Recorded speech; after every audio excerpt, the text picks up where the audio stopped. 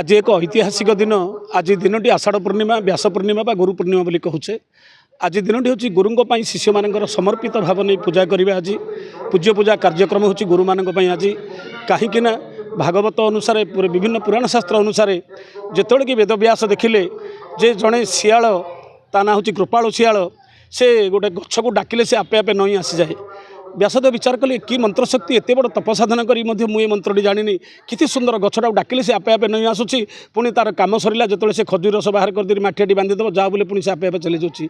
किमती साधना विचार कले मुझे तपसाध करी जिनसटी मो द्वारा हो पारानी तेणु से शियाल पाखु से विद्याटी शिक्षा करने बहुत चेष्टा कले किंतु कृपाल शियाल बारंबार भंडेले किंतु तांको पुओ जिते कि थे से पचारते आप कहीं आसुँच ना से दिन बापा ना से कहले एमती तुम बापा पाखु विद्याटी शिखापी आसी आउ तुम बापा को गुरु रूप में ग्रहण करने किंतु से बोले बापा तो नहांती आपण ये विद्याटी यहाँ कौन अच्छी मुझे कहीदेवी किंतु से पुओ द्वारा से मंत्रटी शिखि सारा पर वेदव्यास परीक्षा कले से मंत्र सिद्ध हो सारी गछ आपे आपे नईंगे आसूसी पुणी आउ थे गछ आपे आपे जा बोले से चली जाऊँगी जिते जानिले से गुरु रूप में से शियाल पुओ को ग्रहण कले वेदव्यास से पाद वंदना कर मुंडियाटी मारिकी गले जिते शियाल आसी पुओ को कहला जे तू कहीं सी जड़े एड़े बड़ ऋषि से तोते कौन गुरु बोली मानबे ना कहीं मानबेनि जिते कि सी गुरु व्यासंग आश्रम में पहुँचले गुरु को देखीदे खंडे दूर शियालर पुओ को गुरु बोली मानी दंड प्रणाम करी आसन में निज आसन में बसैक जो गुरु वंदना करते गुरु पूजा करते बापा देखी आश्चर्य हो गले से कहले मो बापा हेले अच्छा बापा को लेकर गुरु आसन में बसैक बापा पुओ दुई जन को से गुरु बोली पूजा कर गुरु वंदना करते वेदव्यास एड़े बड़ महाज्ञानी हेले शियाल को जे गुरु बोली जाति वर्ण निर्विशेष गुरु सी सर्वत समन्वय गुरु होती सर्वमय जी कि गुरु मार्गदर्शक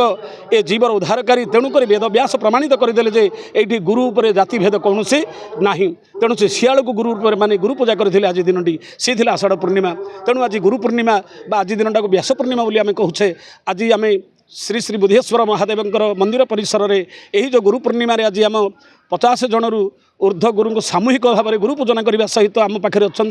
राष्ट्रपति उपाधि महामहिम राष्ट्रपति जो पद्मश्री उपाधि भूषित होती पद्मश्री गुरु सीमांचल पात्र गुरु श्री नवघन परिड़ा विप्रचरण प्रधान प्रहलाद नाटक गुरु दासकाठी गुरु प्रसन्न मिश्र एवं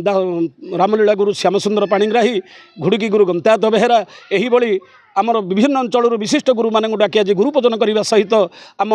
ये जो लोककला जो गुरु मैंने जो बिंधाणी मैंने जो गुरु मैंने केते शिक्षार्थी मान शिक्षा प्रदान करछंती जो संकीर्तन घंट मृदंगर जो गुरु मानक आज आम सामूहिक भाव में गुरु पूजन कार्यक्रम करूँ।